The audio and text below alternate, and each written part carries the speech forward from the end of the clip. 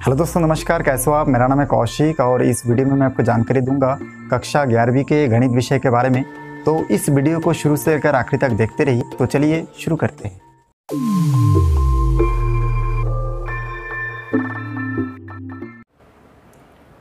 दोस्तों यहाँ पे देख सकते हैं, मैं आपको बताऊंगा समुच्चय के सम्मिलन नियम। इस नियम को हम लोग इंग्लिश में बोल सकते हैं law of union of sets. अब यहाँ पे देखिए, मैं मान लेता हूँ कि ABC 3 सेट है और वो ठीक है, ऐसा करके 3 सेट होगा। तो ये देखिए कितने नियम का पालन करते हैं उसको मैं आपको बताऊंगा। तो इसमें जो पहला नियम है वो है आपका वर्ग सम नियम। इसको हम लोग आइडेम्पोटेंट लॉ भी बोलते हैं। जैसे कि A union A equal to A होता है। एग्जाम्पल में देख सकते हैं, यहाँ पे हम लोग A इक्वल टू एक सेट लिया 1 3 और दूसरा A इक्वल टू भी हम लोग एक सेट लिया 1 और 3। अब आप देख सकते हैं कि दोनों जो सेट है वो एक दूसरे के इक्वल है, इसलिए हम लोग इन दोनों सेट को जो अगर हल करेंगे, यदि हमको यहाँ पे दिया रहता कि A यूनियन A का मान ज्ञात करो, तो हम लोग देखिए इसमें क्या करते। हम लोग इसमें इसको सॉल्व करने के लिए सबसे पहले यहाँ पे हम लोग लिखते हैं कि जो दिया है, उसके बाद A यूनियन A का नियम लगाते और हम लोग फिर इन दोनों का मान एक साथ बिठाते और इसमें यूनियन का रूल लगा के देखिए इसका जो वैल्यू है वो हमको 1 और 3 मिलता, क्योंकि नियम क्या है, A union A equal to A होता है। उसी प्रकार से दोनों सेट अगर इक्वल है तो हम लोग उन दोनों सेट को एक बार लिखेंगे। तो इस प्रकार से ये पहला नियम काम करता है। इसके बाद इसका जो दूसरा नियम है वो है आपका क्रम विनिमय नियम। तो देखिए मैं यहाँ पे दूसरा पॉइंट डालता हूँ और इसमें मैं लिख लेता हूँ क्रम विनिमय नियम।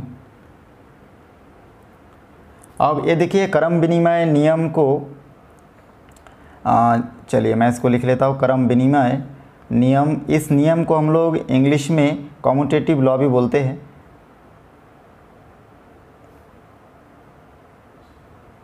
अब देखिए ये जो कम्यूटेटिव लॉ है, इसमें होता क्या है। अब इस नियम में हम लोग क्या करते हैं, कोई सेट मान के चलिए हम लोग ले लेते A और B कोई दूसरा सेट है। अब इसको हम लोग दूसरे तरफ इसको देखिए, क्रम विनिमय नाम से स्पष्ट है कि इसका जो क्रम है वो एक्सचेंज होता रहता है। तो यहाँ पे होगा क्या कि B जो सेट है वो पहले आएगा, उसके बाद यूनियन लगेगा, उसके बाद A सेट बाद में चला जाएगा। तो इस प्रकार से हम लोग चेंजेस करके लिख सकते हैं। तो ये देखिए इसको बोलते हैं क्रम विनिमय नियम। चलिए इसका भी मैं छोटा सा एक एग्जाम्पल आपको ले लेता हूँ। जैसे कि कोई सेट है मान के चलिए, उसको हम लोग क्रम विनिमय नियम से कैसे प्रूफ करेंगे या फिर कैसे हम लोग सेट कर सकते हैं। अब देखिए इस नियम के अनुसार मान के चलिए कोई सेट है, इसमें हम लोग ले लेते हैं कोई सेट मान के चलिए 1 3 और दूसरा एक सेट है मान के चलिए उसका है 3 4। अब अगर हम लोग इसको अगर चेंज करेंगे तो हम लोग देखिए इसको इस तरह से भी लिख सकते हैं। जो दूसरा सेट है उसको पहले लिख सकते हैं और जो पहला सेट है उसको हम लोग दूसरे नंबर पे लिख सकते हैं। तो क्रम विनिमय नियम का मतलब ये है कि अगर कोई भी सेट का क्रम चेंज होगा तो उसमें कोई भी फ़र्क नहीं पड़ता। तो हम लोग देखिए यहाँ पे यूनियन का निशान इस प्रकार से लगा सकते हैं। मैं इसमें कुछ नहीं किया, खाली पहला नंबर में जो सेट था उसको दूसरे में और दूसरे को पहला में सेट किया हूँ। तो इस प्रकार से ये क्रम विनिमय नियम लागू होता है। इसका जो तीसरा नियम है एसोसिएटिव लॉ, जिसको हम लोग हिंदी में साहचर्य नियम भी कहते हैं। तो चलिए मैं उसको आपको देता हूँ। इसमें मैं तीसरा हेडिंग डालता हूँ एसोसिएटिव लॉ करके। अब यहाँ पे देखिए जो साहचर्य नियम है,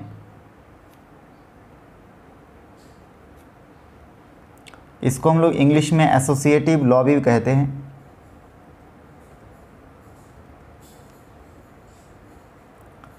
अब देखिए इस नियम में हम लोग मान लेते हैं कि कोई 3 सेट है इसमें। तो मान लेते हैं कि A सेट है और A और B का यूनियन है और ब्रैकेट के बाहर फिर यूनियन और फिर मान के चलिए कोई तीसरा और एक सेट है C। तो इसमें क्या होता है देखिए, हम लोग ये जो ब्रैकेट लगाए हैं फर्स्ट ब्रैकेट, इसको हम लोग चेंज करके भी लिख सकते हैं A union B union C। तो हम लोग पहले A और B में लगाए यूनियन, तो हम लोग अभी B और C में भी लगा सकते हैं। ये दोनों एक दूसरे के इक्वल होगा। इसको भी सॉल्व करेंगे तो जो आंसर आएगा इसको भी सॉल्व करेंगे, वही आंसर हमको मिलेगा। अब इसमें देखिए एग्जांपल ले लेते हैं हम लोग। यहाँ पे एग्जांपल के तौर पे मैं आपको एक चीज़ लेके इसमें बताता हूँ। जैसे कि मान के चलिए कोई सेट इसमें मैं ले लेता हूँ 1 और 2 एक सेट है और इसको यूनियन दे के मान के चले दूसरा सेट हम लोग ले लेते हैं इसमें 3 4, फिर यूनियन दे के इसमें तीसरा सेट सी सेट ले लेते हैं मान के चलिए 5 और 6।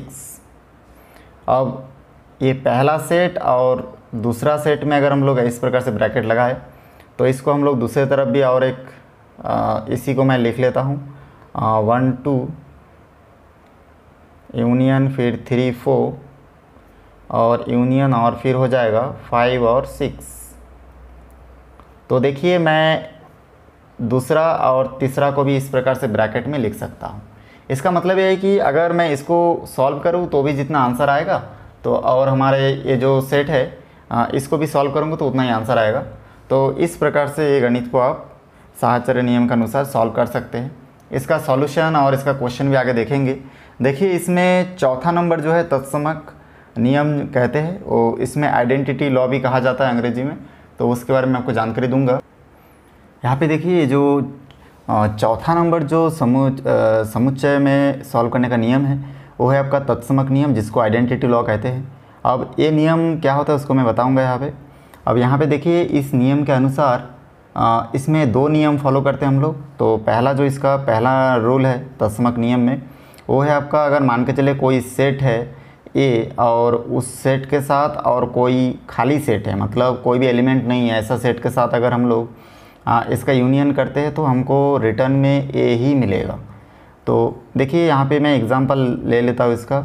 मान के चलिए कोई सेट है आपका ए सेट है मान के चलिए, जिसका मान जो है आपका 1 और 2 है, और मान के चलिए कोई दूसरा सेट है 5 जिसका कोई भी वैल्यू नहीं है। तो अगर इन दोनों को मैं हल करूँगा और ये यूनियन 5 का मान अगर मैं ज्ञात करूँगा तो इसमें मैं इसको इस तरीके से लिख सकता हूँ। ये देखिए मैं ये यूनियन 5 लिखने के बाद इन दोनों का मान लिखूँगा तो यहाँ पे हो जाएगा 1 और 2, और यहाँ पे देखिए यूनियन के बाद 5 का मान कुछ नहीं है तो इस प्रकार से खाली सेट लिखे, और इसका जो वैल्यू होगा वो आपका 1 और 2 आएगा। तो इस प्रकार से हम लोग इसको सॉल्व कर सकते हैं। और दूसरा जो इसका नियम है वो है आपका बी नंबर जो नियम है, उस नियम के अनुसार ए यूनियन और यहाँ पे यू मतलब देखिए टोटल जो सेट है उन यूनिवर्सल सेट बोलते हैं जिसको, तो ये यू मतलब होगा कि जो सेट का पूरा भाग है उसी को हम लोग यू बोलेंगे। इससे रिलेटेड गणित को इससे पहले हम लोग सॉल्व नहीं किया अभी तक, अभी आगे सॉल्व करेंगे तो उसको आप लोग देखते रहिएगा। तो देखिए ये जो है ये यूनियन यू, तो हम लोग इसको जब सॉल्व करेंगे तो इसका मान आएगा यू। तो इस यू का मान हिंदी में आप लोग याद रखिए संपूर्ण सेट, मतलब पूरे सेट जिसके अंदर 4-5 सेट उस सेट के अंदर समाहित हो जाए उसको हम लोग यूनिवर्सल सेट कहते हैं। तो इस प्रकार से इसका मान होगा। अब इसका एग्जांपल मैं ले लेता हूँ। तो देखिए यहाँ पे मैं एक एग्जांपल ले लेते मान लेते हैं कि चलिए मैं एग्जांपल लिख लेता हूँ। ए इक्वल टू मान के चलिए आप कोई सेट है 1 और 3, और मान के चलिए यूनियन जो यूनिवर्सल सेट है वो मान के चलिए इस प्रकार से 1 2 3 4 5। तो अगर हम लोग इन दोनों में से ये यूनियन यू का मान अगर हम लोग ज्ञात करना चाहेंगे तो हम लोग क्या करेंगे, ये यूनियन यू लिखेंगे और उसके बाद यहाँ पे ए का मान हम लोग लिखेंगे 1 और 3 यूनियन, और ये हो जाएगा देखिए आपका 1 2 3 4 5। अब यूनियन का मतलब होता है कि समूह होता है, ग्रुप होता है। आप लोग इससे पहले बहुत सारे यूनियन सुने होंगे, ड्राइवर लोग का यूनियन होता है, सब्जी भाजी बेचने वालों का भी यूनियन होता है। इस प्रकार से ये संख्याओं का यूनियन। तो यूनियन का मतलब होता है कि ठीक है, इस यूनियन निशान और यूनियन का मतलब होता है आपका कि जितना भी संख्या है जो 2 बार है उसको 1 बार लिखना है। तो देखिए दोनों में एक कितना बार है, एक जो है इसमें भी है इसमें भी है, तो 1 लिखना है, 3 भी इसमें भी इसमें भी है। मतलब कुल मिला के ये है कि ये जो सेट है ए सेट यू सेट के अंदर समाहित हो सकता है। तो इसलिए इसका जो आंसर होगा वो होगा 1 2 3 4 और 5।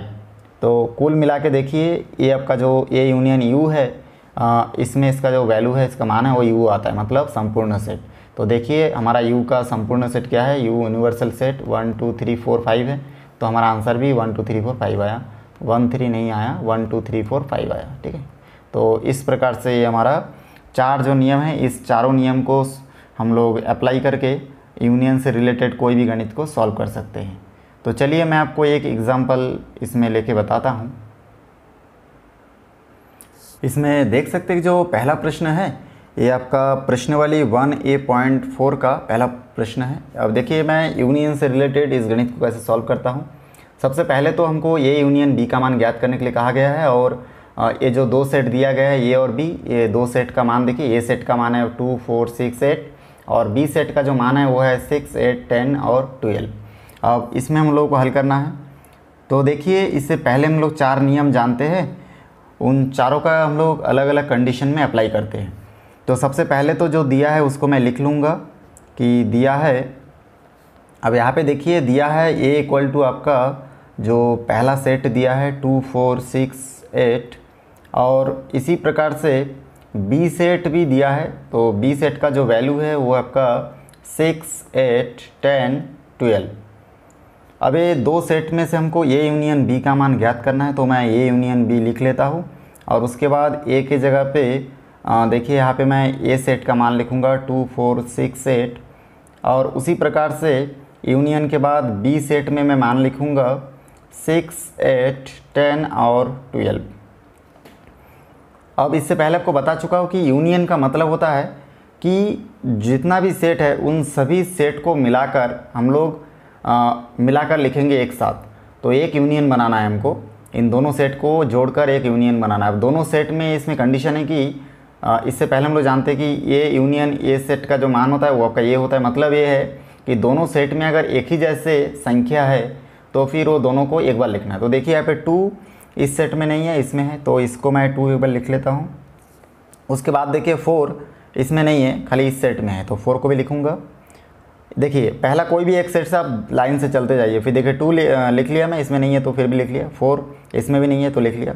अब देखिए 6 इसमें भी है और इसमें भी है, तो दोनों जगह पे 6 है, तो दोनों को मिला के एक बार ही मैं 6 लिखूँगा। उसके बाद देखिए यहाँ पे 8 एक बार है और इसमें भी 8 एक बार है, तो मैं यहाँ पे भी 8 लिख लूँगा। अब देखिए ये सेट में जितना भी संख्या था वो पूरा मैं लिख चुका हूँ। उसके बाद मैं यहाँ तक पहुँच गया था 8 तक। उसके बाद देखिए आगे 10 और 12 जो है इस सेट में नहीं है, तो भी हमको एक एक बार लिखना है। अगर दोनों सेट में होता तो भी एक बार लिखता, और कोई एक सेट में तो भी हमको लिखना है, क्योंकि ये यूनियन का नियम है। तो इस नियम के अनुसार देखिए मैं इसमें 2 4 6 और दोनों में 8 है तो 8 को लिख दिया, 10 भी लिख दिया, 12 भी लिख दिया। तो 2 4 6 8 10 12 मतलब कुल मिला के दोनों सेट में यही जितना मैं संख्या लिखा हुआ यहाँ पे 6 संख्या, ये 6 संख्या ही इन दोनों सेट में उपस्थित है। तो मैं एक साथ लिख लिया हूँ, तो ये एक यूनियन बन चुका है 2 4 6 8 10 12। क्योंकि हम जानते हैं कि एक आदमी दो ग्रुप में एक ही समय मौजूद नहीं रह सकता, इसीलिए दोनों को एक साथ मिला के एक बार लिखना है।